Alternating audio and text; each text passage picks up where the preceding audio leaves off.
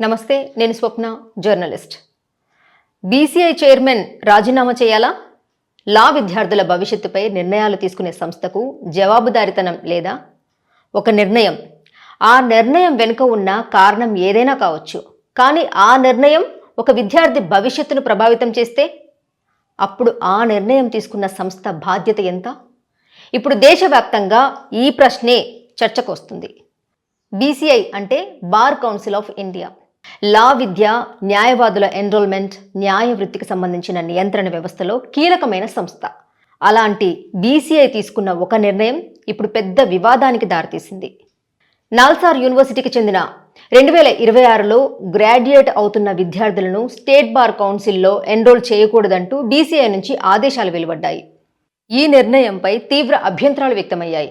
విద్యార్థులు, న్యాయవాదుల సంఘాల నుండి విమర్శలు వచ్చాయి. ఆ తర్వాత బీసీఐ ఆ ఆదేశాన్ని వెనక్కి తీసుకుంది. బీసీఐ చైర్మన్ మానన్ కుమార్ మిశ్రా విద్యార్థులకు క్షమాపణ కూడా చెప్పారు. అయితే ఇక్కడితో ఈ వివాదం ముగియలేదు. ఇప్పుడు కొంతమంది న్యాయవాదుల సంఘాలు బీసీఐ చైర్మన్ రాజీనామా చేయాలని డిమాండ్ చేస్తున్నాయి. మరి అసలు ప్రశ్న, ఒక నిర్ణయం తీసుకున్నారు, తర్వాత ఆ నిర్ణయాన్ని వెనక్కి తీసుకున్నారు, క్షమాపణ కూడా చెప్పారు. అయితే ఇంతటితో బాధ్యత పూర్తయినట్టేనా? లేదా ఇలాంటి నిర్ణయం ఎందుకు వచ్చింది? ఎవరి నిర్ణయం అది? ఎలాంటి ప్రక్రియ ద్వారా తీసుకున్నారు? విద్యార్థుల భవిష్యత్తుపై ప్రభావం పడే నిర్ణయాల్లో ముందస్తు జాగ్రత్తలు తీసుకున్నారా అనే ప్రశ్నలకు కూడా సమాధానం ఉండాలా? ఇదే ఇప్పుడు చర్చించాల్సిన విషయం.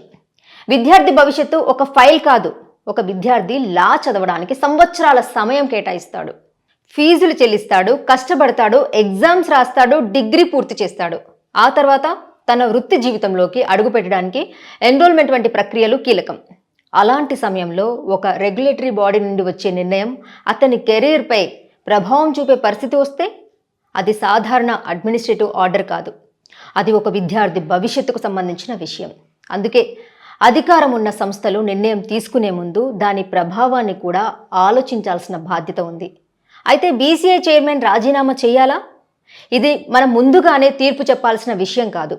రాజీనామా చేయాలా లేదా క్షమాపణ చెప్పి నిర్ణయాన్ని సరిదిద్దడం సరిపోతుందా అనేది సంబంధిత న్యాయవర్గాలు, బీసీఐలోని సభ్యులు, సంబంధిత వ్యవస్థ నిర్ణయించాల్సిన విషయం. కానీ అకౌంటబిలిటీ మాత్రం తప్పనిసరి. ఎందుకంటే అధికారం ఉన్న చోట బాధ్యత కూడా ఉండాలి. ఇప్పుడు ఈ ప్రశ్న మన దగ్గరికి వస్తుంది. దేశ స్థాయిలో బీసీఐ తీసుకున్న ఒక నిర్ణయం లా విద్యార్థుల భవిష్యత్తుపై ప్రభావం చూపిందనే చర్చ జరుగుతుంది. అయితే మన దగ్గర ఒక లా కాలేజీలో విద్యార్థుల ఫీజులు, అడ్మిషన్లు, కాలేజీ నిర్వహణకు సంబంధించిన ఆరోపణలు వస్తే వాటిపై జవాబుదారీతనం ఎలా ఉండాలి? ఇదే సందర్భంలో కొన్ని నెలల క్రితం ఆదర్శ లా కాలేజీకి సంబంధించిన ఒక వ్యవహారం వెలుగులోనికి వచ్చింది. విద్యార్థుల ఫీజుల విషయంలో భారీ మొత్తంలో అక్రమాలు జరిగాయంటూ ఆరోపణలు వచ్చాయి. డేటా ఎంట్రీ ఆపరేటర్తో పాటు మరో వ్యక్తి కలిసి విద్యార్థుల నుండి వచ్చిన ఫీజు మొత్తాన్ని సొంత ఖాతాల్లోకి మళ్లించారనే ఆరోపణలు అప్పట్లో వినిపించాయి. ఈ వ్యవహారంపై కొంతమంది విద్యార్థులు పోలీసులను ఆశ్రయించినట్లు సమాచారం. 2 వ్యక్తులు పరారీలో ఉన్నారనే సమాచారం కూడా అప్పట్లో వెలువడింది. అయితే ఇక్కడ ఒక విషయం చాలా స్పష్టంగా చెప్పాలి.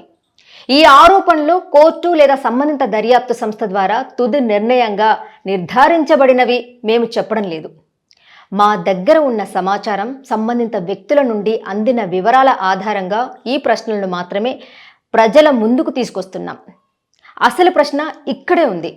ఒక విద్యార్థి కాలేజీకి ఫీజు చెల్లిస్తాడు. ఆ డబ్బు కాలేజ్ ఖాతాల్లోకి వెళ్ళాలి. అది ఎక్కడికి వెళ్ళింది? ఎవరి ఖాతాలోకి వెళ్ళింది? ఎవరు స్వీకరించారు? ఎలాంటి రికార్డు ఉంది? కాలేజీ యాజమాన్యానికి విషయం ఎప్పుడు తెలిసింది? పోలీసులకు ఫిర్యాదు చేసిన తర్వాత దర్యాప్తు ఎంతవరకు జరిగింది? విద్యార్థులకు వారి డబ్బు విషయంలో ఏమైనా స్పష్టత ఇచ్చారా? ఇవి అన్ని సమాధానం కావాల్సిన ప్రశ్నలు. మరో ముఖ్యమైన ప్రశ్న, దర్యాప్తు ఎవరు చేశారు? ఈ కేసుకు సంబంధించి అప్పట్లో పనిచేసిన కొంతమంది పోలీసు అధికారులపై కూడా డబ్బులు తీసుకున్నారనే ఆరోపణలు వినిపిస్తున్నాయని మాకు సమాచారం అందింది. అయితే ఆ ఆరోపణలు నిజమా? అధికారిక దర్యాప్తులో అవి నిర్ధారణ అయ్యాయా? ఎవరిపైనైనా డిపార్ట్మెంటల్ ఎంక్వైరీ జరిగిందా? ఎవరిపైనైనా చర్యలు తీసుకున్నారా? లేకపోతే ఆ ఆరోపణలు అసత్యమని అధికారికంగా తేల్చారా? ఇవి కూడా సంబంధిత పోలీసు శాఖ స్పష్టత ఇవ్వాల్సిన అంశాలే. ఆరోపణ వచ్చినంత మాత్రాన ఎవరిని దోషిగా ప్రకటించలేం. అదే సమయంలో ఆరోపణ వచ్చింది కాబట్టి ప్రశ్నించకూడదు అని కూడా చెప్పలేం. సిఏ రంజిత్ కుమార్ విషయంలో మరో ప్రశ్న, ఇక్కడ మరొక అంశం కూడా మా దృష్టికి వచ్చింది. సిఏ రంజిత్ కుమార్ గారు 2025లో ఎల్ఎల్బి కోర్సులో అడ్మిషన్ తీసుకున్నట్లు చూపించే కొన్ని వివరాలు మా వద్ద ఉన్నాయి. ఆయన 2025-26 విద్యా సంవత్సరంలో లా విద్యార్థిగా ఉన్నారని సంబంధిత రికార్డుల ఆధారంగా మాకు సమాచారం ఉంది. మా దగ్గర ఉన్న 2026 ఒక మార్క్స్ మెమోలో చూపించిన ఎల్ఎల్బి సబ్జెక్ట్కు సంబంధించి అన్ని సబ్జెక్ట్స్లో ఫెయిల్ స్టేటస్ కనిపిస్తుంది. అయితే ఇక్కడ ఒక్క విషయం చాలా స్పష్టంగా చెప్పాలి. ఒక విద్యార్థి ఫెయిల్ కావడం ఒక్కటే అక్రమ అడ్మిషన్కు ఆధారం కాదు. మా ప్రశ్న అది కాదు. మా ప్రశ్న ఆ అడ్మిషన్ ఎలా జరిగింది, ఏ నిబంధనల ప్రకారం జరిగింది, ఏ ఎలిజిబిలిటీ ఆధారంగా జరిగింది, అవసరమైన అనుమతులు ఏమైనా ఉన్నాయా అన్నదే ఇప్పుడు అసలు ప్రశ్నలు. మీరు ఎల్ఎల్బి చదవడానికి అనుమతి పొందినట్లు చెబుతున్నట్లయితే ఆ అనుమతికి సంబంధించిన ఎన్ఓసి ఎక్కడ ఉంది? నో అబ్జెక్షన్ సర్టిఫికేట్ ఉందా? ఉంటే ఎవరు జారీ చేశారు, ఎప్పుడు జారీ చేశారు, ఏ ప్రాతిపదికన జారీ చేశారు? మరో ముఖ్యమైన ప్రశ్న, మీరు ఎల్ఎల్బిలో అడ్మిషన్ తీసుకున్న తేదీన సంబంధిత పోలీస్ శాఖలో సిపిగా ఉన్న అధికారి నుండి అధికారిక అనుమతి తీసుకున్నారా?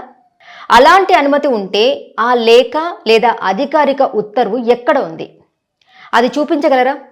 మరో ప్రశ్న, ఫీజుల విషయంలో మీరు మేనేజ్మెంట్కు ఫీజు చెల్లించి అడ్మిషన్ తీసుకున్నట్లయితే ఆ ఫీజుకు సంబంధించిన అధికారిక రసీదులు మీ వద్ద ఉన్నాయా?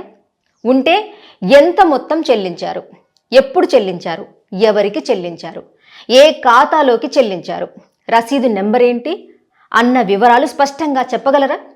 ఒకవేళ మేనేజ్మెంట్కు ఎలాంటి ఫీజు చెల్లించలేదని చెబుతున్నట్లయితే కేయు అంటే కాకతీయ యూనివర్సిటీకి సంబంధించిన అడ్మిషన్ ఫీజు లేదా పరీక్ష ఫీజు చెల్లించిన రసీదులు ఉన్నాయా? ఉంటే ఆ రసీదులు కూడా చూపించగలరా? మరో కీలకమైన ప్రశ్న, మీ ఉద్యోగ విధులు, సర్వీస్ రూల్స్ లేదా ఇతర నిబంధనల ప్రకారం ఎల్ఎల్బి చదవడానికి ప్రత్యేక అనుమతి అవసరమైతే ఆ అనుమతి తీసుకున్నారా? తీసుకున్నట్లయితే ఆ అనుమతి పత్రం ఎక్కడ ఉంది? ఇప్పుడు చాలా ముఖ్యమైన అంశం, కాన్ఫ్లిక్ట్ ఆఫ్ ఇంట్రెస్ట్. ఒక పోలీస్ అధికారి ఒక లా కాలేజీలో విద్యార్థిగా ఉన్నప్పుడు అదే కాలేజీకి సంబంధించిన ఏదైనా పోలీస్ కేసు లేదా వివాదం ఆయన పరిధిలోకి వస్తే కాన్ఫ్లిక్ట్ ఆఫ్ ఇంట్రెస్ట్ వచ్చే అవకాశం ఉందా?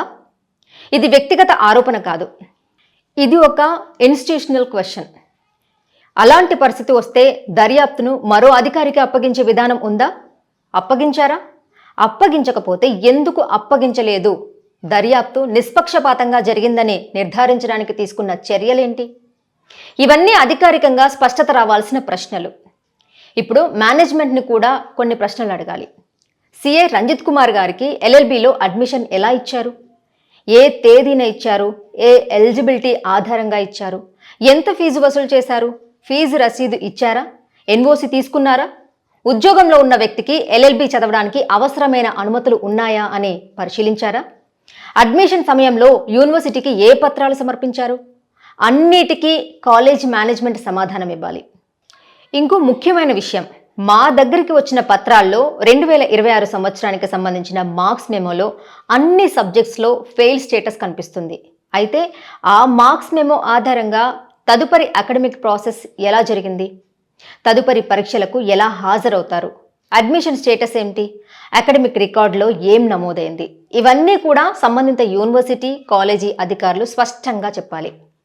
మరో వ్యక్తి విషయంలో కూడా ఇదే కాలేజీలో మరో వ్యక్తి కూడా అడ్మిషన్ తీసుకున్నట్లు మా వద్ద ఉన్న రికార్డులో కనిపిస్తుంది. అయితే ఆ వ్యక్తికి సంబంధించిన వ్యక్తిగత వివరాలను మేము బయటపెట్టడం లేదు. మా ప్రశ్న మాత్రం అడ్మిషన్ ప్రాసెస్ అందరికీ ఒకే విధంగా జరిగిందా అన్నదే. ఎవరైనా అడ్మిషన్ తీసుకుంటే వారికి వర్తించే నిబంధనలు అందరికీ ఒకేలా ఉండాలి. మేనేజ్మెంట్ను మేము అడుగుతున్న ప్రశ్నలు ఇవే. మీరు మేనేజ్మెంట్ను ఎలాంటి ఒత్తిడి లేకుండా నిబంధనల ప్రకారమే అడ్మిషన్ తీసుకున్నారా? అయితే దానికి సంబంధించిన అధికారిక డాక్యుమెంట్స్ ఉన్నాయా? ఫీజు చెల్లించారా? రిసిప్ట్స్ ఉన్నాయా? ఎన్ఓసి ఉందా? అఫీషియల్ పర్మిషన్ ఉందా? యూనివర్సిటీ ఫీ రిసిప్ట్స్ ఉన్నాయా? అడ్మిషన్ ఫామ్లో అవసరమైన డాక్యుమెంట్స్ అన్ని సమర్పించారా? అయితే ఆ పత్రాలు చూపించడానికి మీరు సిద్ధంగా ఉన్నారా? మా దగ్గర ఉన్న పత్రాలు, మా దగ్గర ప్రస్తుతం కొన్ని డాక్యుమెంట్స్ ఉన్నాయి. 2026 మార్క్స్ మెమో ఉంది, అడ్మిషన్ రిలేటెడ్ డాక్యుమెంట్ ఉంది. అందులో వ్యక్తిగత చిరునామా, ఫోన్ నెంబర్ వంటి వివరాలను మేము ప్రజలకు అవసరం లేని వ్యక్తిగత సమాచారం కావడంతో బ్లర్ చేస్తున్నాం. ఎందుకంటే మా ఉద్దేశం వ్యక్తిగత వివరాలను బయటపెట్టడం కాదు. మా ఉద్దేశం అడ్మిషన్ ప్రాసెస్ నిజంగా నిబంధనల ప్రకారమే జరిగిందా అనే ప్రశ్నకు సమాధానం తెలుసుకోవడం. అయితే బీసీఐ నుండి మనం నేర్చుకోవాల్సిన పాఠం ఏంటి? బీసీఐ ఒక నిర్ణయం తీసుకుంది. ఆ నిర్ణయంపై తీవ్ర అభ్యంతరాలు వచ్చాయి. ఆ నిర్ణయాన్ని వెనక్కి తీసుకుంది. విద్యార్థులకు క్షమాపణ కూడా చెప్పింది. అయినా ఇప్పుడు కూడా కొంతమంది న్యాయవాదుల సంఘాలు అకౌంటబిలిటీ కోరుతూ బీసీఐ చైర్మన్ రాజీనామా చేయాలని డిమాండ్ చేస్తున్నాయి. అంటే ఒక నిర్ణయాన్ని వెనక్కి తీసుకోవడం ఒక్కటే అకౌంటబిలిటీకి ముగింపు కాదు. ఆ నిర్ణయం ఎందుకు వచ్చింది, ఎవరు తీసుకున్నారు, ఏ ప్రక్రియలో తీసుకున్నారు, అలాంటి నిర్ణయం మళ్ళీ రాకుండా ఏం చేస్తారు, ఇవి కూడా లెజిటిమేట్ క్వశ్చన్స్. అదే ప్రిన్సిపల్ని మనం మన దగ్గర కూడా అడగాలి. అసలు మోరల్ ఆఫ్ ద స్టోరీ ఏంటంటే ఈ కథ బీసీఐ గురించి మాత్రమే కాదు, ఇది ఒక వ్యక్తి గురించి కూడా కాదు, ఇది ఒక కాలేజీ గురించి మాత్రమే కాదు, ఇది ఒక పోలీస్ అధికారి గురించి కూడా కాదు. ఇది వ్యవస్థలో అకౌంటబిలిటీ గురించి. దేశ స్థాయిలో బీసీఐ ఒక నిర్ణయం తీసుకుంటే ఆ నిర్ణయం వేలాది మంది లా విద్యార్థుల భవిష్యత్తును ప్రభావితం చేయగలదు. అందుకే ఆ నిర్ణయానికి కారణం ఏమిటో ప్రజలకు తెలియాలి.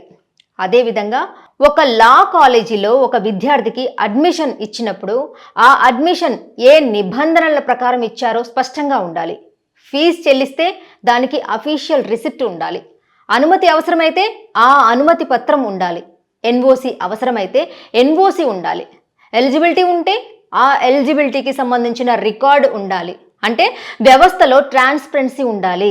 అదే సమయంలో ఒక పోలీస్ అధికారికి సంబంధించిన విషయం అయితే ఆయనకు ఆ కాలేజీతో అకాడమిక్ రిలేషన్షిప్ ఉందా, ఆ కేసుతో ఆయనకు ప్రత్యక్ష లేదా పరోక్ష కాన్ఫ్లిక్ట్ ఉందా, ఉంటే దర్యాప్తును మరో అధికారికి అప్పగించారా అనే ప్రశ్నలకు కూడా అధికారిక సమాధానం ఉండాలి. మళ్ళీ చెబుతున్నాను, ఇవి ఆరోపణలకు తుది తీర్పులు కాదు, ఇవి సమాధానం కావాల్సిన ప్రశ్నలు.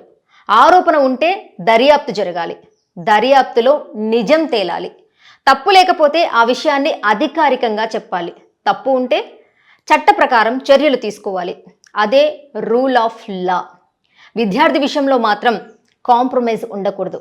ఒక విద్యార్థి తన జీవితంలో సంవత్సరాలు పెట్టి ఎల్ఎల్బి చదువుతాడు. తల్లిదండ్రులు డబ్బు ఖర్చు చేస్తారు. విద్యార్థి ఎగ్జామ్స్ రాస్తాడు. డిగ్రీ పూర్తి చేయాలని కలలు కంటాడు. అతని ఫ్యూచర్ ఒక వ్యక్తి ఇన్ఫ్లుయెన్స్ వల్ల కానీ, ఒక సంస్థ నిర్లక్ష్యం వల్ల కానీ, ఒక తప్పు అడ్మినిస్ట్రేటివ్ డెసిషన్ వల్ల కానీ ప్రమాదంలో పడకూడదు. వ్యవస్థలు విద్యార్థుల భవిష్యత్తును కాపాడాలి. విద్యార్థులు వ్యవస్థల లోపాల భారాన్ని మోయకూడదు. అందుకే మా ప్రశ్నలు చాలా సింపుల్. అడ్మిషన్ నిబంధనల ప్రకారమే జరిగిందా? అయితే డాక్యుమెంట్స్ చూపించండి. ఫీజు చెల్లించారా? రిసిప్ట్స్ చూపించండి. ఎన్ఓసి ఉందా? ఎన్ఓసి చూపించండి. అఫీషియల్ పర్మిషన్ ఉందా? పర్మిషన్ డాక్యుమెంట్స్ చూపించండి. యూనివర్సిటీకి ఫీజు చెల్లించారా? యూనివర్సిటీ రిసిప్ట్స్ చూపించండి.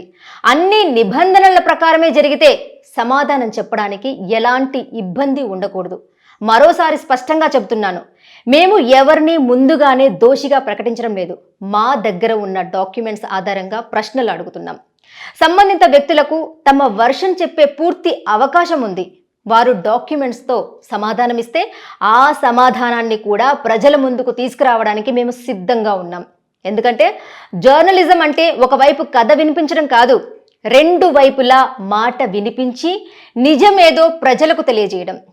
నేను ఎవరి వైపు కాదు, నిజం ఏ వైపు ఉంటే ఆ వైపే. బీసీఐ అయినా, లా కాలేజ్ అయినా, పోలీస్ డిపార్ట్మెంట్ అయినా, ఎవరైనా సరే అధికారం ఉన్న చోట అకౌంటబిలిటీ ఉండాలి. చట్టం గురించి మాట్లాడే చోట ట్రాన్స్పరెన్సీ ఉండాలి. విద్యార్థుల భవిష్యత్తు విషయంలో మాత్రం జస్టిస్ ఉండాలి. అదే ఈ కథనం యొక్క అసలు ఉద్దేశం. ఆరోపణకు విచారణ కావాలి, నిర్ణయానికి జవాబుదారీతనం కావాలి, విద్యార్థికి న్యాయం కావాలి. ఇదే మా ప్రశ్న. ఇదే ప్రజాస్వామ్యంలో పాత్రికేయ బాధ్యత. ఇలాంటి legal news analysis, public interest stories కోసం జీ న్యూస్ గంగా ప్రవాహంను సబ్స్క్రైబ్ చేయండి. ప్రజలకు సంబంధించిన ప్రతి ప్రశ్నను ప్రజల ముందుకు తీసుకురావడానికి జీ న్యూస్ గంగా ప్రవాహం ప్రజల గొంతుక. ప్రజల కోసం ప్రశ్న. మీరేమంటారు? మీ అభిప్రాయాన్ని కామెంట్ రూపంలో తెలియజేయండి. చూస్తూనే ఉండండి జీ న్యూస్ గంగా ప్రవాహం. న్యాయం వైపు నిలబడే గలం గంగా ప్రవాహం. For latest updates, subscribe to G News. ఇది ప్రజా వేదిక.